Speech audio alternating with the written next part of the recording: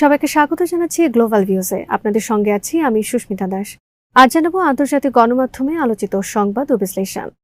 ফিলিস্তিনি প্রতিরোধ আন্দোলন হামাসের সামরিক শাখা আল কাসাম ব্রিগেডসের মুখপাত্র আবু উবাইদার শহীদ কমান্ডার মোহাম্মদ দেইফের মৃত্যুবার্ষিকীতে তার বীরত্ব গাথা তুলে ধরেছেন। তিনি বলেছেন, বিশ্বজুড়ে দেইফের ভাইরা, সন্তানেরা ও অনুসারীরা তার দেখানো পথ ধরেই এগোচ্ছেন এবং দখলদার শক্তির উপর আঘাতের পর আঘাত হানছেন। রোববার নিজের টেলিগ্রাম চ্যানেলে দেওয়া এক বিবৃতিতে আবু উবাইদা বলেন, মোহাম্মদ দেইফের রেখে যাওয়া উত্তরাধিকার যুদ্ধাপরাধী ও লুটেরাদের জন্য এক দুঃস্বপ্ন হয়ে থাকবে।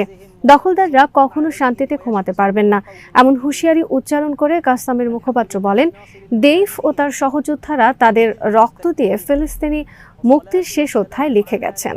বিবৃতিতে আবু উবাইদা আরও বলেন, মোহাম্মদ দেইফ তার সহযোদ্ধাদের সঙ্গে আল আকসা ফ্লাড অভিযানের নেতৃত্ব দিয়ে শত্রুদের ওপর ইতিহাসের সবচেয়ে ভয়ঙ্কর আঘাত এনেছেন। এই আঘাত দখলদারদের সক্ষমতাকে চিরতরে ভেঙে দিয়েছে, সমগ্র মুসলিম জাতিকে ফিলিস্তিন ইস্যুর পেছনে একত্রিত করেছে এবং ফিলিস্তিন প্রশ্নকে আবারও সংগ্রামের কেন্দ্রবিন্দুতে ফিরিয়ে এনেছে। তার ভাষায়, দশকের পর দশক ধরে মোহাম্মদ দেইফের জিহাদ, আনুগত্য, ত্যাগ, নেতৃত্ব ও মেধা শেষ পর্যন্ত শাহাদাতকে স্পর্শ করেছে। আমাদের মহান কমান্ডার এখন শহীদদের সারিতে। তার ও অন্য নেতাদের রক্ত আজ আমাদের জাতির সন্তানদের রক্তের সঙ্গে মিশে গেছে, যারা আল আকসা ও ফিলিস্তিনের জন্য তাদের সর্বস্ব বিলিয়ে দিয়েছেন। চলতি বছরের 30 জানুয়ারি আল কাসাম ব্রিগেডস ঘোষণা করে তাদের chief of staff Mohammed Deif শহীদ হয়েছেন। তার সঙ্গে আরও কয়েকজন শীর্ষ কমান্ডার শহীদ হন। কাসাম ব্রিগেডস জানায়, তারা কেউ শহীদ হন কমান্ড সেন্টারে, কেউ সরাসরি যুদ্ধক্ষেত্রে শত্রুর মুখোমুখি হয়ে, আবার কেউ শহীদ হন মুক্তিযোদ্ধাদের অবস্থান পরিদর্শনের সময়। এদিকে ফিলিস্তিনের গাজা উপত্যকায় প্রতিরোধ যোদ্ধারা ইসরায়েলি বাহিনীর বিরুদ্ধে একের পর এক শীর্ষ স্তরের হামলা চালিয়ে যাচ্ছেন। বেশিরভাগ হামলায় ব্যবহৃত হচ্ছে রহস্যময় টানেল। ইসরায়েলি দৈনিক ইয়েদিওত আহরোনের সামরিক বিশ্লেষক ইউসি ইয়াহোশুয়া গাজার প্রতিরোধ বাহিনীর টানেল সম্পর্কে লিখেছেন, একবার চিন্তা করুন, আপনার পায়ের নিচেই একটি অন্য ধরনের পরিপূর্ণ শহর লুকিয়ে আছে। তিনি বলেন, গাজা উপত্যকার নিচে গড়ে ওঠা এই অবকাঠামো কোনো সাধারণ বিশ্রাম কক্ষ নয়, যেটা জিনিসপত্র বাজার থেকে কেনা হয়েছে বলে সহজেই ধ্বংস করা যাবে। এগুলো ধ্বংস করতে চাইলে সুসংগঠিত ও পেশাদার তৎপরতা জরুরি। ইসরায়েলের রিজার্ভ বাহিনীর জেনারেল ইসহাক ব্রিক বাস্তবতা স্বীকার করে বলেছেন, ইসরায়েলি সেনাবাহিনীর প্রধান আইয়াল জামির জনগণকে মিথ্যা বলছেন এবং তিনি নিজেও জানেন যে হামাসকে সামরিক চাপ দিয়ে পরাজিত করা এবং বন্দীদের ফিরিয়ে আনা সম্ভব নয়। তিনি স্পষ্ট করে বলেন, হামাসকে হারানো যাবে না, কারণ তারা তাদের মূল শক্তি ফিরে পেয়েছে। ইসরায়েলি বিশ্লেষক গাই ব্লিক ইসরায়েলি চ্যানেল 12কে বলেছেন, প্রধানমন্ত্রী বেঞ্জামিন নেতানিয়াহু দাবি করেছিলেন যে আমরা চূড়ান্ত বিজয়ের মাত্র এক কদম দূরে রয়েছে। এখন 1.5 বছর পার হয়ে গেছে, আমরা এখনো এখানে বসে আছি। সাংবাদিক আমিদ সিগালের তথ্য তুলে ধরে গাই ব্লিক বলেন, ইসরায়েলি সেনাবাহিনী হামাসের 25% টানেলও ধ্বংস করতে পারেনি। এই বিশ্লেষক বলেন, মোট কথা আমাদের মেনে নিতে হবে, আমরা হামাসের বাকি টানেলগুলো ধ্বংস করতে পারবো না। এমনকি হামাসের সব সদস্যকে নির্মূল করাও আমাদের পক্ষে সম্ভব নয়। ইসরায়েলি সংবাদ মাধ্যমগুলোর তথ্য অনুযায়ী হামাসের এই টানেল প্রযুক্তির কাছে ইসরায়েলি সেনারা এতটাই অসহায় যে তারা প্রতিরোধ যোদ্ধাদের আক্রমণ থেকে বাঁচতে বাধ্য হয়ে নর্দমায় আশ্রয় নেন। এর আগে ইসরায়েলি টিভি চ্যানেল 14 এর সাংবাদিক হালেল বেটন এক ছবি প্রকাশ করেন, যেখানে দেখা যাচ্ছে রকেট হামলার সময় এবং সাইরেন বাজানোর পর ইসরায়েলি সেনারা নিজেদের প্রাণ রক্ষার্থে পয় নিষ্কাশন ড্রেনে লুকিয়ে পড়ছেন। আল মাইদিনের রেজিস্ট্যান্স বিষয়ক বিশ্লেষক হানি আল দালি বলেছেন, হামাসের দৃঢ় অবস্থান এবং ইসরায়েলি ফ্রেমওয়ার্ক মেনে নিতে তাদের অস্বীকৃতির কারণে যুদ্ধবিরতি আলোচনায় নতুন আঙ্গিক তৈরি হয়েছে। আল দালি ব্যাখ্যা করেন, ফিলিস্তিনি প্রতিরোধের দৃঢ়তা এবং যুদ্ধক্ষেত্রে তাদের সাফল্যের কারণে আগের প্রত্যাহার পরিকল্পনা পুনর্বিবেচনা করতে ইসরায়েলকে বাধ্য করেছে।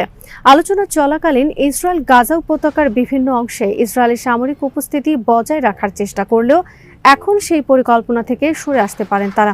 তিনি উল্লেখ করেন, প্রতিরোধ যোদ্ধাদের সাম্প্রতিক অভিযানগুলো, বিশেষ করে ব্যাপকভাবে প্রচারিত কয়েকটি দৃশ্য ইসরায়েলি কর্তৃপক্ষকে ভাবিয়ে তুলেছে, যেখানে হামাসের যোদ্ধারা ইসরায়েলি ট্যাঙ্কে শক্তিশালী বিস্ফোরণ ঘটানোর পর অনেক সেনা হতাহত হন। এদের মধ্যে কয়েকজন আগুনে পুড়ে মারা যান।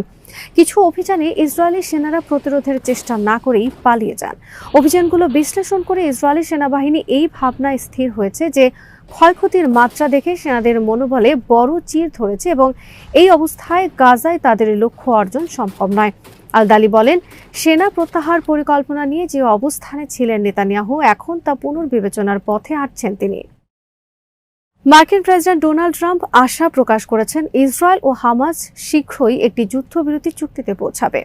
স্থানীয় সময় রোববার মেরিল্যান্ডের জয়েন্ট বেস এন্ড্রুজে সাংবাদিকদের তিনি বলেন, গাজা নিয়ে আমরা আলোচনা করছি এবং আশা করছি আগামী সপ্তাহের মধ্যেই আমরা বিষয়টি সমাধান করব। ট্রাম্প এর আগে ঘোষণা করেছিলেন ইসরায়েল গাজায় 60 দিনের যুদ্ধবিরতির জন্য প্রয়োজনীয় শর্ত মেনে নিয়েছে, আর কাতার ও মিশর হামাসের কাছে প্রস্তাবটি পেশ করেছে। হামাসও এতে ইতিবাচক প্রতিক্রিয়া জানিয়ে বলেছে তারা যুদ্ধবিরতি চুক্তি বাস্তবায়ন এবং বন্দি বিনিময়ের জন্য আলোচনা চালিয়ে যেতে প্রস্তুত। সরকার রক্ষা নিয়ে বড় বিপদে আছেন নেতানিয়াহু। গাজায় যুদ্ধবিরতি ও বন্দি বিনিময় চুক্তিকে কেন্দ্র করে উগ্র জাতীয়তাবাদী মিত্রদের হুমকি ও হারেদি বা চরম রক্ষণশীল ইহুদি অংশীদারদের সঙ্গে সেনা নিয়োগ নিয়ে বিরোধ মেটাতে উদ্যোগী হয়েছেন ইসরায়েলের প্রধানমন্ত্রী। আন্তর্জাতিক বিভিন্ন সংবাদ মাধ্যমের প্রতিবেদন বলছে, নিজের নেতৃত্বাধীন জোট সরকারে ফের দেখা দেওয়া সংকট মোকাবেলায় নেতানিয়াহু একাধিক বৈঠক করছেন, যার লক্ষ্য জোটের ভেতরকার চাপ ও ভাঙন ঠেকানো।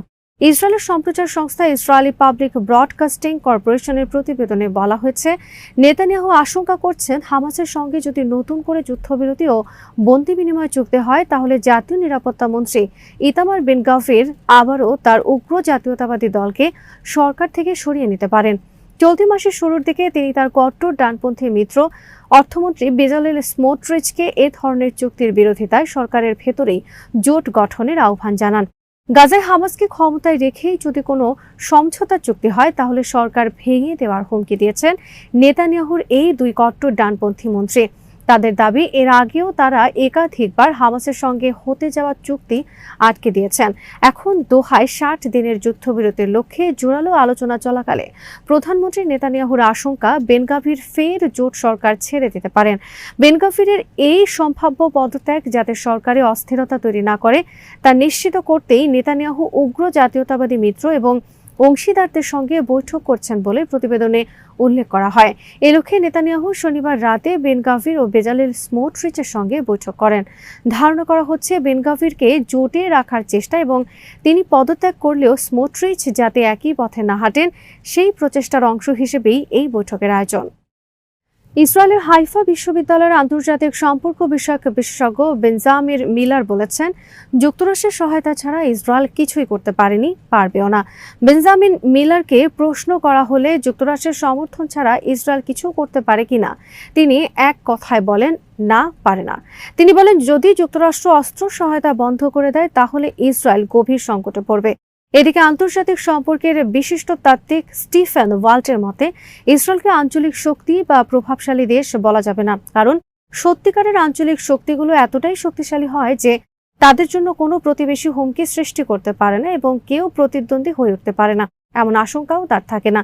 তিনি স্পষ্ট করে বলেন, কিন্তু ইসরায়েল এই মানদণ্ড পূরণে সক্ষম নয়, বরং ইয়েমেন কিংবা গাজায় হামাসের মতো দলগুলো প্রায় 2 বছরের যুদ্ধ ও ধ্বংসযজ্ঞের পরও ইসরায়েলকে চ্যালেঞ্জ জানিয়ে যাচ্ছে।